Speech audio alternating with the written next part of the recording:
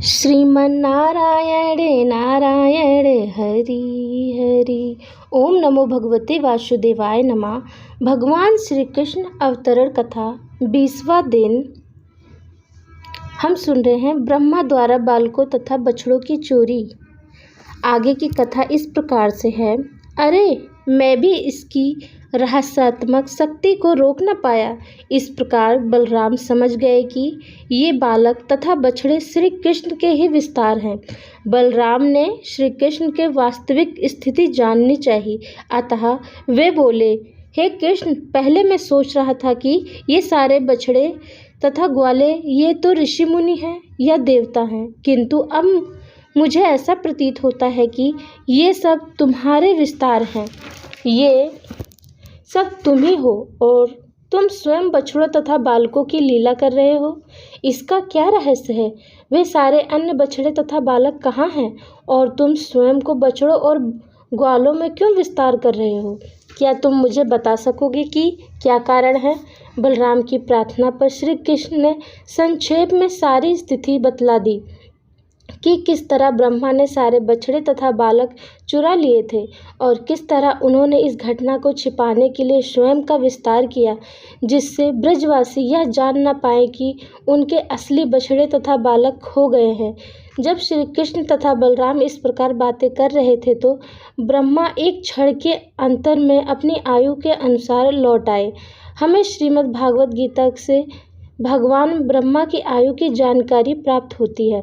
ब्रह्मा के 12 घंटे चारों युगों की अवधि से 1000 गुने अर्थात 43,20,000 गुने 1000 वर्ष के तुल्य होते हैं।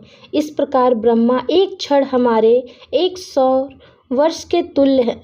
अपनी गणना के अनुसार ब्रह्मा एक क्षण बाद ही अपने द्वारा बालकों तथा बछड़ों के चुराए जाने से उत्पन्न कौतुक देखने के लिए लौटे, किंतु वे मन ही मन भयभीत थे कि यह आग के साथ खिलवाड़ करने जैसा है।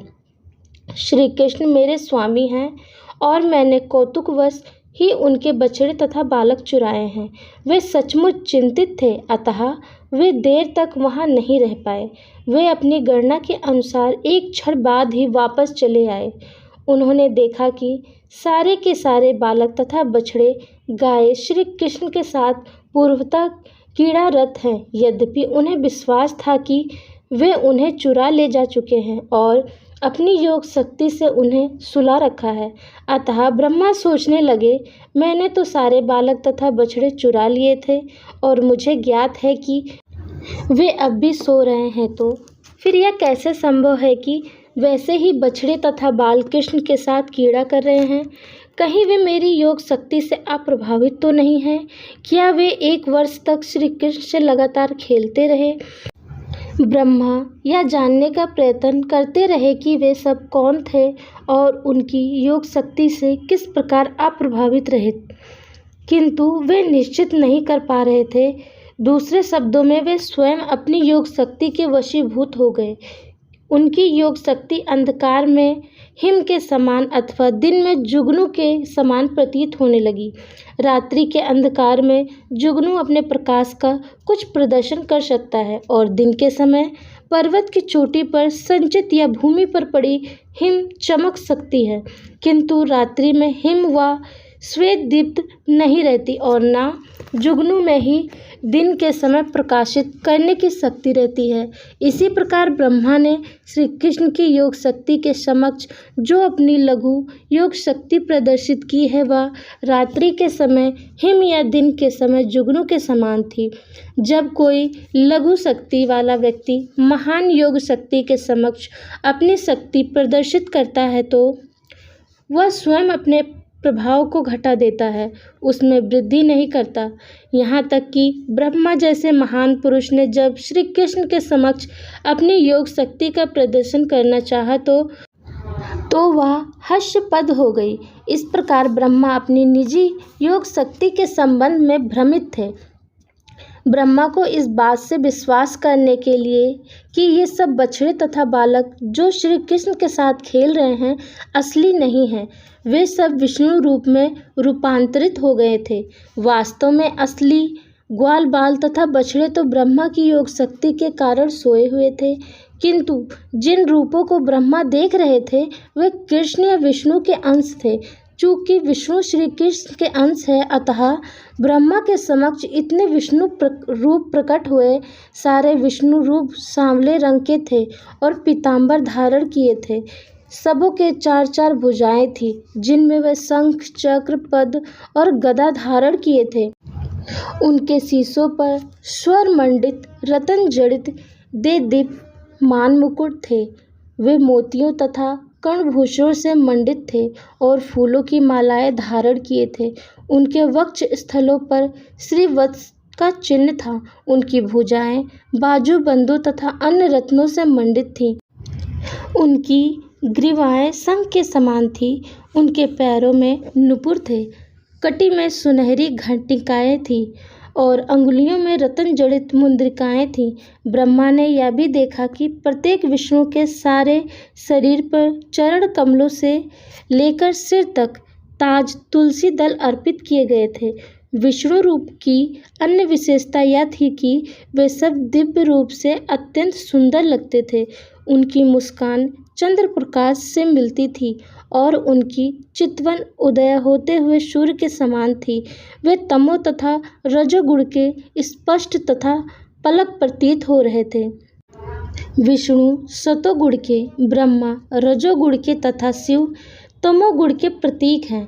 अतः इस दृश्य जगत में प्रत्येक वस्तु के पालक के रूप में विष्णु, ब्रह्मा तथा शिव के भी स्पष्ट तथा पालक हैं। विष्णु भगवान की इस अभिव्यक्ति के बाद ब्रह्मा ने देखा कि विष्णु को चारों ओर से घेर कर अनेक ब्रह्मा, शिव, देवता तथा एक क्षुद्र चींटी और तिनके से लेकर जड़ जंगम सारे जीव नाच रहे हैं। उनके नृत्य के साथ अनेक प्रकार का संगीत बज रहा है और वे सब विष्णु की पूजा कर रहे हैं। ब्रह्मा को ज्ञान हुआ कि विष्णु के वे सारे रूप योग शक्ति से पूर्ण हैं। उनमें अणिमा अणु के समान सूक्ष्म बनने की सिद्धि से लेकर दृश्य जगत जैसे असीम होने की सिद्धियां हैं। विष्णु के शरीर में ब्रह्मा की सारी शक्तियों, शिव सारे देवता तथा दृश्य जगत के 24 तत्वों को पूरा प्रतिनिधित्व प्राप्त था। भगवान विष्णु के प्रभाव से सारी आधीन योग शक्तियाँ उनकी पूजा में लगी थी। काल, आकाश, दृश्य जगत, संस्कार, इच्छा, कर्म तथा भौतिक प्रकृति के तीनों गुण उनकी पूजा कर रहे थे। ब्रह्मा को यह भी अनुभव हुआ कि भगवान विष्णु समस्त सच्चित तथा आनंद के आगार हैं। वे सच्चिदानंद स्वरूप हैं और उपनिषदों के अनुयायियों के द्वारा पूज्य हैं। ब्रह्मा ने अनुभव किया कि बालकों तथा बछड़ों के ये रूपांतरित विष्णु रूप किसी योगी की योग शक्ति या देवताओं में निहित किसी शक्ति द्वारा नहीं बने हैं। वे विष्णु रूप मूर्तियाँ किसी विष्णु के माया के प्रदर्शन न होकर साक्षात विष्णु हैं। विष्णु तथा विष्णु माया के गुण क्रमशः अग्नि तथा उसके ताप के सदृश है। ताप में अग्नि का गुण उष्णता रहती है, किंतु फिर भी ताप अग्नि नहीं होता। बालकों तथा बछड़ों के विष्णु रूप ताप के समान नहीं, अपितु वे अग्नि तुल्य थे। वे सारे के सारे असली विष्णु थे। वस्तुतः विष्णु का गुण है उनका पूर्ण सत्य, पूर्ण ज्ञान तथा पूर्ण आनंद। दूसरा उदाहरण भौतिक वस्तुओं का दिया जा सकता है जो अनेकानेक रूपों में प्रतिबिंबित होती हैं। उदाहरणतः सूर्य अनेक जल पात्रों में प्रतिबिंबित होता है, किंतु इन पात्रों में सूर्य के प्रतिबिंब वास्तविक सूर्य नहीं होते। पात्र में सूर्य का वास्तविक ताप या प्रकाश नहीं रहता, यद्यपि वह सूर्य जैसा प्रतीत होता है। किंतु श्री कृष्ण ने जो स्वरूप धारण किए थे उनमें से प्रत्येक पूर्ण विष्णु थे। इस संबंध में जिस विशेष शब्द का उपयोग किया गया है वह सत्य ज्ञानतानंद है, अर्थात सत्य का अर्थ सच्चाई, ज्ञान का अर्थ पूर्ण ज्ञान, अनंत का अर्थ असीम और आनंद का अर्थ है पूर्ण हर्ष। भगवान की दिव्य महिमाएं इतनी विशाल हैं कि उपनिषदों के अनुयायी ज्ञान के उस धरातल तक नहीं पहुंच पाते कि उन्हें समझ सके। विषयता भगवान के दिव्य रूप इन निर्वेशवादियों की पहुँच के परे हैं, क्योंकि ये उपनिषदों के अध्ययन द्वारा इतना ही समझ पाते हैं कि परम सत्य ना तो पदार्थ है और न भौतिक दृष्टि से सीमित है। ब्रह्मा जी श्री कृष्ण के विष्णु रूप में विस्तार अंश से अपनी सीमित शक्ति द्वारा यह समझ गए कि परमेश्वर की शक्ति के विस्तार से ही इस दृश्य जगत की सारी जड़ तथा जंगम वस्तुएं विद्यमान हैं। जब ब्रह्मा इस प्रकार अपनी सीमित शक्ति से हतप्रभ होकर और अपनी 11 इंद्रियों के भीतर अपने सीमित कर्मों से अवगत होकर खड़े थे, तब वे यह अनुभव कर सके कि वे स्वयं कठपुतली के समान भौतिक शक्ति माया की ही है। जिस प्रकार कठपुतली में नाचने की स्वतंत्र शक्ति नहीं होती और अपने स्वामी के आदेश अनुसार नाचती है, उसी प्रकार सारे देवता तथा जीव भी श्री भगवान के अधीन हैं। जैसा कि श्री चैतन्य चरितमृत में कहा गया है कि श्री कृष्ण की एकमात्र स्वामी हैं और अन्य सभी उनके दास हैं। सारा संसार भौतिक तरंगों के वश में है और सारे प्राणी तिनकों के समान जल में तैर रहे हैं, अतः उनका जीवन संघर्ष चलता रहता है। किंतु जैसे ही मनुष्य को यह बोध हो जाता है कि वह भगवान का दास है, तो यह माया या जीवन संघर्ष तुरंत समाप्त हो जाता है। इस प्रकार ज्ञान की देवी के अधिष्ठाता तथा वैदिक ज्ञान के सर्वोत्कृष्ट अधिकारी ब्रह्मा जी भगवान द्वारा प्रकट असामान्य शक्ति को न समझ पाने के कारण अत्यधिक व्यग्र थे। प्राकृतिक जगत में ब्रह्मा जैसा व्यक्ति भी परमेश्वर की योग शक्ति माया को समझ पाने में असमर्थ रहता है। वे न केवल उन्हें समझने में असमर्थ थे, अपितु श्री कृष्ण ने उनके समक्ष जो कुछ प्रकट किया था उसे देखकर भी व्यग्र थे। श्री कृष्ण को ब्रह्मा पर दया आ गई कि वे यह देखते हुए कि श्री कृष्ण किस प्रकार स्वयं को बछड़ों तथा ग्वालों में रूपांतरित करके विष्णु के रूप का प्रदर्शन कर रहे थे, इसे समझने में समर्थ थे। अतः उन्होंने सहस उस दृश्य पर से अपनी योग माया का आवरण हटा लिया। श्रीमद् भागवत गीता में कहा गया है कि भगवान योग माया द्वारा फैलाए गए आवरण के कारण दृश्य नहीं है। जो वास्तविकता को आवृत कर ले वह महामाया या बाहरी रंग शक्ति है, जिसके कारण बुद्धिजीवी भगवान को दृश्य जगत से परे नहीं समझ पाता। किंतु जो शक्ति भगवान को अंशतः प्रकट करती है और अंशतः मनुष्य को देखने नहीं देती, वह योग माया कहलाती है। ब्रह्मा जी कोई सामान्य बुद्धिजीवी नहीं है और वे अन्य सभी देवताओं से कहीं अधिक श्रेष्ठ हैं, फिर भी वे श्री भगवान के प्रदर्शन को नहीं समझ पाए। अतः श्री कृष्ण ने जानबूझकर और आगे शक्ति का प्रदर्शन बंद कर दिया। बुद्धिजीवी न केवल मोहग्रस्त हो जाता है, अपितु समझ पाने में पूर्णतः असमर्थ रहता है। योग माया का आवरण इसीलिए हटा दिया गया जिससे ब्रह्मा जी और अधिक व्यग्र न हो जाएं। जब ब्रह्मा जी की व्यग्रता दूर हुई तो ऐसा लगा मानो वे मृतक अवस्था से जागे हों। वे अपने नेत्र कठिनाई से खोल पा रहे थे। तब उन्होंने बाह्य दृश्य जगत को सामान्य चक्षुओं से देखा। उन्हें अपने चारों ओर वृंदावन का अत्यंत मनोहारी दृश्य दिखा, जिसमें वृक्ष ही वृक्ष थे और जो समस्त जीवों का जीवन स्रोत है। उन्हें वृंदावन की दिव्य भूमि का अनुमान लग सका, जहाँ के सारे वासी दिव्य हैं।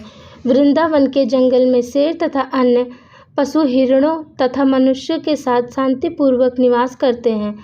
वे यह जान सके कि वृंदावन में भगवान श्री कृष्ण की उपस्थिति के कारण यह स्थान अन्य स्थानों की अपेक्षा दिव्य है, जहाँ न काम वासना है और न लोभ। इस प्रकार ब्रह्मा ने भगवान श्री कृष्ण को एक छोटे से ग्वाले का अभिनय करते देखा। वे अपने बाएं हाथ में एक टुकड़ा रोटी का लिए अपने मित्रों बछड़ों को ढूंढ रहे हैं।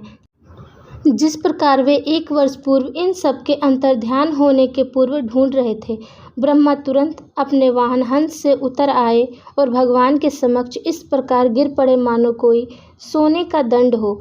वैष्णव में सम्मान प्रदान करने के लिए दंडवत शब्द का व्यवहार किया जाता है। इस शब्द का अर्थ है दंड।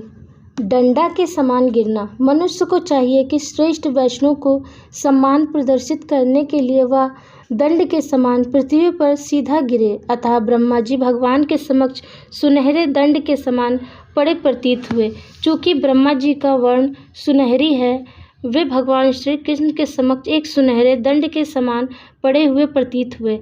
ब्रह्मा के चारों सिरों के मुकुट श्री कृष्ण के चरणों को छू रहे थे।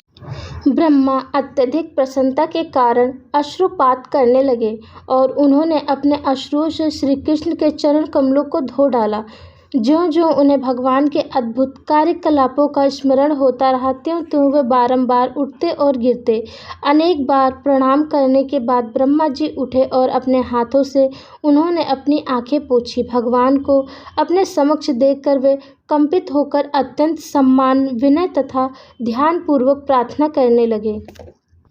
हम आगे की कथा में सुनेंगे ब्रह्मा द्वारा भगवान श्री कृष्ण की स्तुति। कथा अच्छी लगी हो तो प्लीज़ एक लाइक ज़रूर करें। कोई सजेशन हो तो ज़रूर कमेंट करें।